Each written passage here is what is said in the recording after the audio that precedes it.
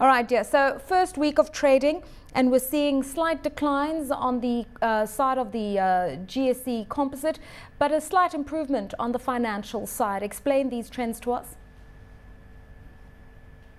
Well, last year in particular, the financials took quite a hit, and they fell by, I think, more than 10% on average. And that was largely driven by speculative trade. In the first half of last year, we saw those prices, so the prices for the financials going up quite sharply. And within the third and final quarter of the year, they crashed quite heavily because most of it was speculative, and some of it was also some profit taking took place as well, which is why they fell quite sharply. So we're seeing and a lot of interest and particularly on the bid side for most of the financials, which is why that is at least picking up within these first few days of the new year. I mean, I spoke about a pickup of 14 points on the side of the GSE financials, but in general, this has also been a volatile index because banks are exposed to debt issues internationally. Banks are exposed to rising inflation domestically. They're struggling to grow their loan books. What sort of challenges are Ghanaian banks going to face in the year ahead? In previous years, most of the banks have been exposed, yes, to the notorious SME market, and it's notorious because it's very opaque and it's very difficult to estimate risk on that front. And very few banks actually specialize in dealing with that sector. Most banks would rather prefer dealing with large corporate clients, multinationals, and the like. So, I mean, on average, the NPL for banks is just north of 16% currently, and it's come down from a high of about 18 to 24 months ago, so at least the trend is improving. But yet, dealing with the SME market is a challenge, as is growing their loan book. But there are some banks within the pack that are doing at least better than others. When you look at the likes of Ecobank that has an NPL of less than 1%.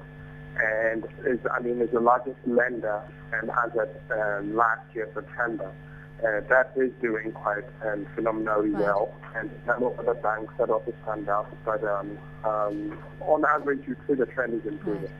We're told generally that the Ghana Stock Exchange has been resilient to global factors and had very modest declines, comparatively speaking. And experts say it's an oil story. The fact that Ghana has become a bona fide oil-producing economy has aroused a lot of interest. And we know that with Tullow listing last year, it effectively became the largest capitalized stock on the exchange. How will the oil variable influence the GSE this year? I wouldn't wholly classify it as being an oil story per se, but it's definitely an economic one. Over the last couple of years, yes, the Ghanaian economy has grown quite sharply, and I wouldn't say it's just been because of oil. The fact that oil has come at this time is just a pure coincidence, but it has been averaging above regional average growth rate for a number of years now. The oil makes it a better story, but I wouldn't wholly attribute that to oil. For any investor wanting to come into Ghana, because the big issue is liquidity, a lot of the companies aren't particularly big in international terms. So there's the issue of overcoming liquidity, there is the issue of attractive valuations, and the kinds of ROEs that they're going to see, and the kinds of PEs that they're going to earn on their investments. Hot stocks for you?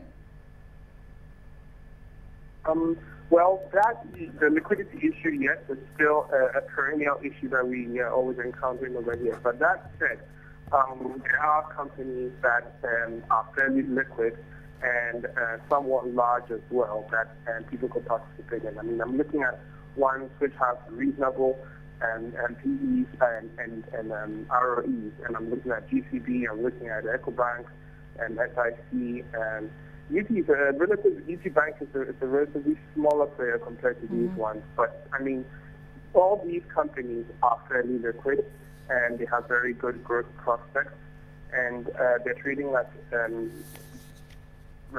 very cheap and multiples as well. So of all these companies, I think that there's still value and there are some liquidity options. It wouldn't be as much as SA, it would not be as much as Nigeria or Kenya or Mauritius, but And there's definitely something in there for the global investor interested in getting some exposure to Ghana.